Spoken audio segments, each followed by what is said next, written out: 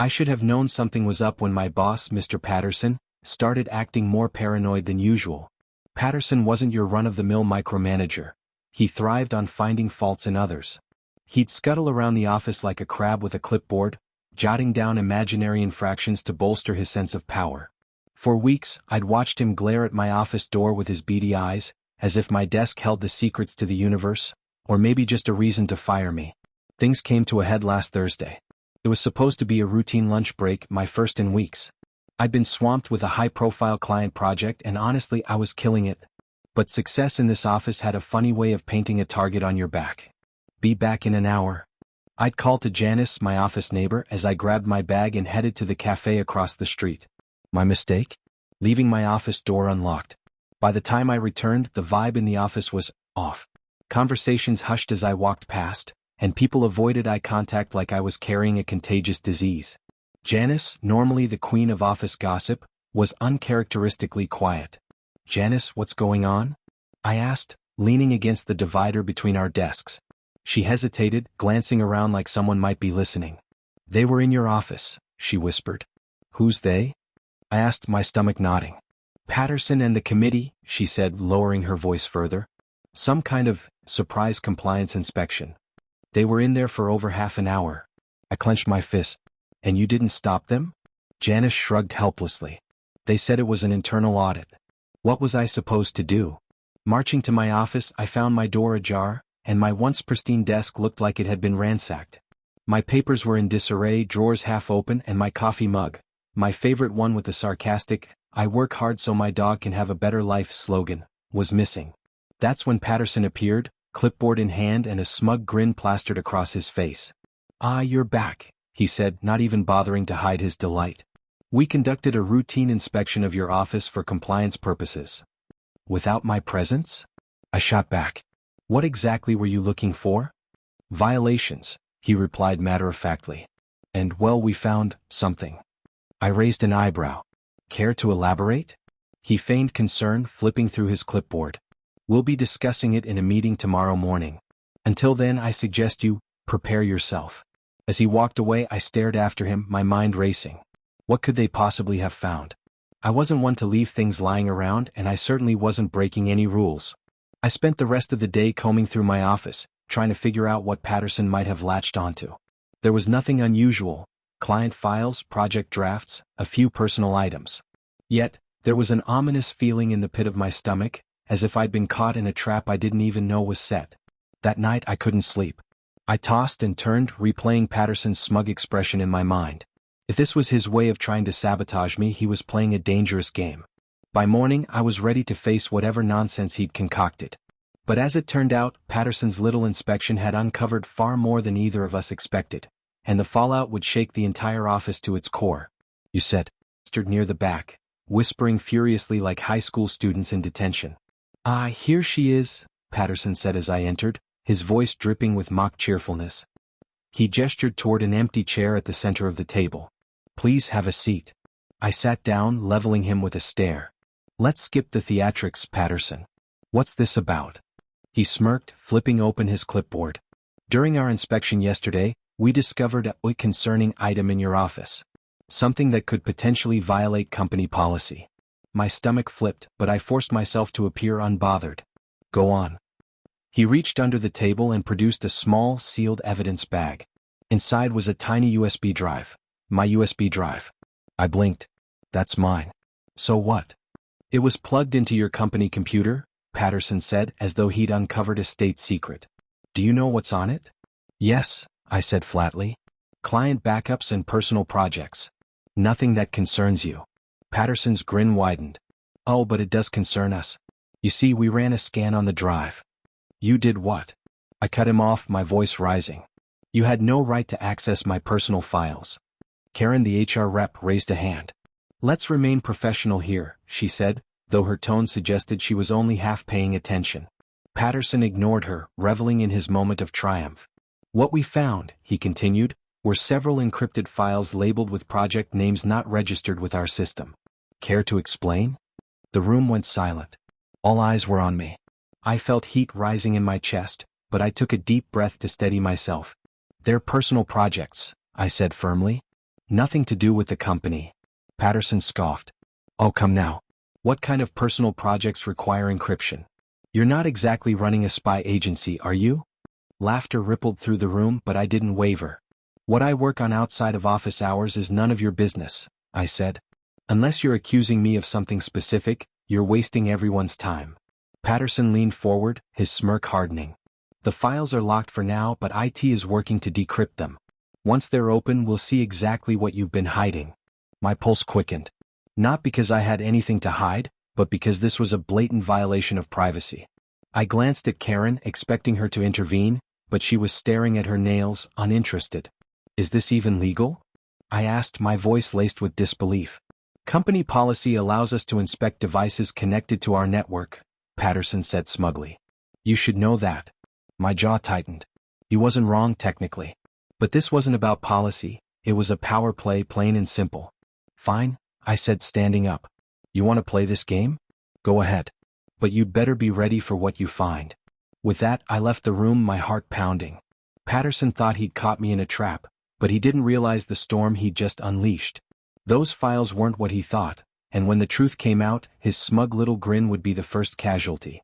Back at my desk, I stared at my monitor, my mind racing. Patterson's smug face kept replaying in my head. If he managed to decrypt those files, he'd have ammunition to spin whatever narrative he wanted. But he didn't know what he was dealing with. The encrypted files weren't company-related. They were part of a personal project I'd been working on for months, a comprehensive analysis of workplace patterns and managerial effectiveness. It had started as a passion project for a data science course I'd taken.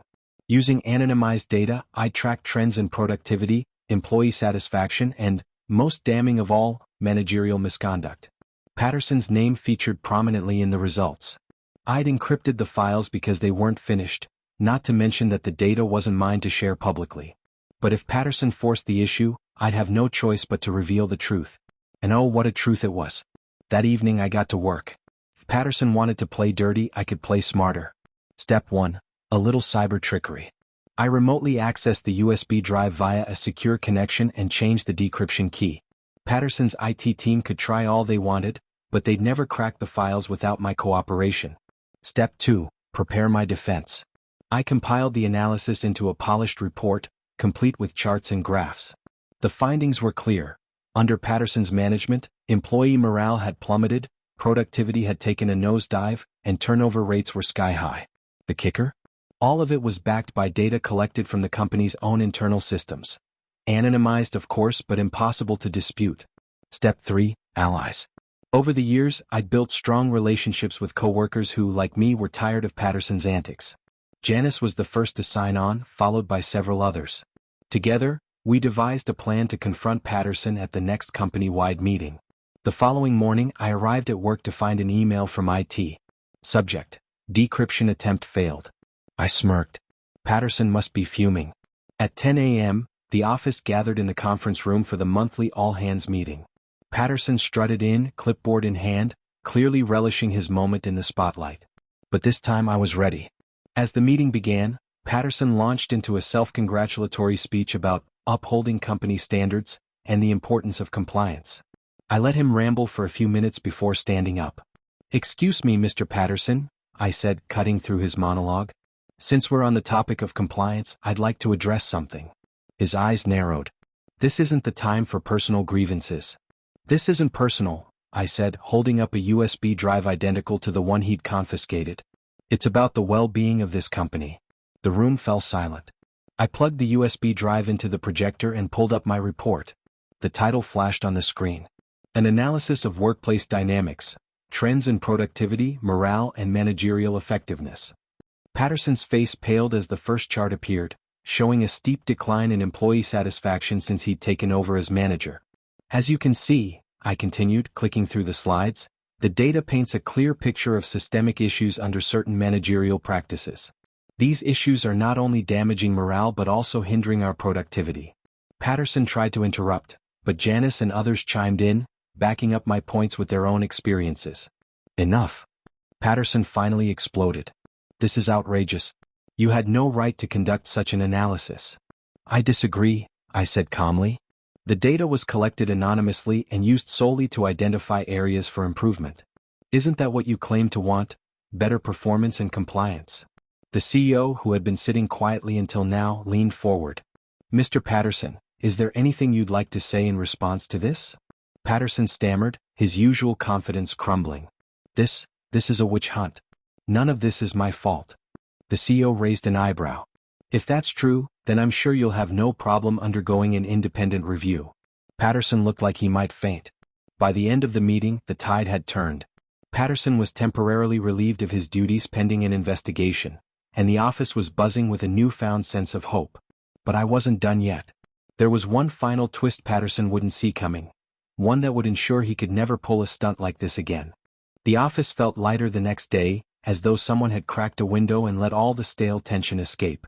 Patterson's absence was both a relief and a curiosity. No one knew exactly what would come of the CEO's investigation, but the whispers around the water cooler suggested it wasn't looking good for him. I wasn't about to leave the outcome to chance. Step one of my final move was contacting a trusted employment lawyer. Patterson's unauthorized inspection of my personal files, coupled with his attempts to discredit me, bordered on illegal. The lawyer assured me that I had a strong case for workplace harassment and invasion of privacy. But my real goal wasn't a lawsuit. It was ensuring Patterson couldn't manipulate anyone else ever again. Step 2 involved the USB drive. With the CEO's permission, I shared my report with the investigation team, adding a detailed account of Patterson's behavior during the inspection fiasco. The evidence was damning. His paranoia, misuse of IT resources, and blatant disregard for employee privacy painted a clear picture of someone unfit for leadership. Step 3 was the piece de resistance. A few years ago, I'd completed a professional certification in workplace ethics and compliance. As part of the program, I'd connected with a network of HR professionals who specialized in corporate accountability. I reached out to one of my contacts, sharing the findings from my report and highlighting the systemic issues Patterson had created. They agreed to help me circulate an anonymous case study, one that detailed how bad management practices could erode company culture.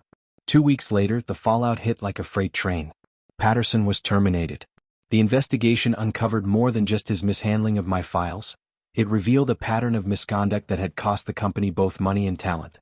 He had falsified reports to cover up his mistakes, retaliated against employees who spoke out, and even ignored compliance regulations to inflate his quarterly performance metrics. His departure wasn't quiet either. News of the scandal spread beyond our office, making its way to industry blogs and LinkedIn posts. The anonymous case study I'd helped create went viral, sparking conversations about the importance of ethical leadership. Patterson's name became synonymous with everything not to do as a manager. As for me, I got a promotion. The CEO, impressed by my initiative and the quality of my analysis, offered me a role in the company's newly formed Employee Engagement Committee. I accepted on the condition that we implement policies to prevent another Patterson from rising to power. The irony wasn't lost on me. Patterson's own pettiness had set the stage for his downfall, and inadvertently for my success. The day I moved into my new office, Janice popped her head in, a mischievous grin on her face. "Nice digs," she said. "But aren't you worried someone's going to inspect your office while you're on break?" I laughed, shaking my head. "Let them try. I've got nothing to hide." And with that, I placed my favorite coffee mug on the desk, a new one this time. It read, "Success is the best revenge." You said,